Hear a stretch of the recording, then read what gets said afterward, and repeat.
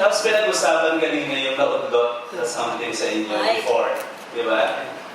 Hindi ba, dito ba sa Rebounder, during the shoot ng Rebounder, nabuo uli yung naudlot na yun? Or parang bumalik yung ganong pagtingin ni Joseph kay Alex? May ganun ba? Or parang you remain friends? Parang Wala na naman siya. Ba't namula? Wala na naman siya. Ikaw ang namumula. Ikaw, sir. Mas na-attract ka ba? Sorry, ano ulit yun? Hindi ko nakatingin ka na siya. Pwede siya muna.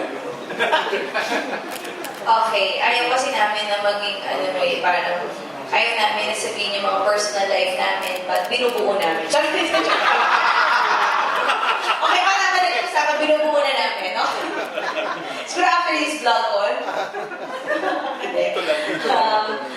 Diba? At siguro right now, parang mas sa both sides is mas willing na kami to really get to know each other in a deeper level, but hindi naman din namin pinipilit na na gawin talaga na palalimin. Kung hindi talaga siya lalalim, sisiwin ko pa kung hindi pa talaga hindi pa lang, parang right now, parang may understanding kami. But kung hindi naman din talaga siya yung mag-flourish o talaga mag-workout, so hindi namin pipilitin na masabi lang na, diba? Masabi lang. Dahil pinigilan natin. Yung ganun. O, ba't ka na matawa? Wala nakakatawa sa sinabi ko. Dapat parang nag-agree ka, natuwa ka sa sinabi ko. Natawa ka? Joke ba to? Joke ba ako sa'yo?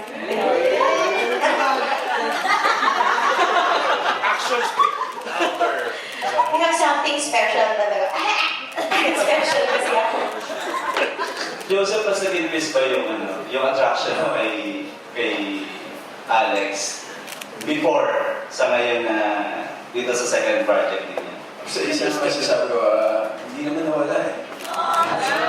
Basta, she inspires me a lot.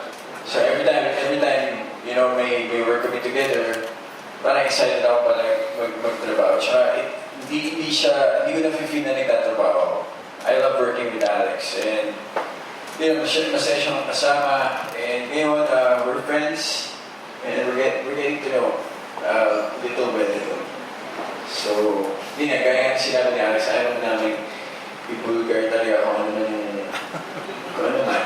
So, chill, friends tayo. So, nag-kiss na kami. Charot! Joke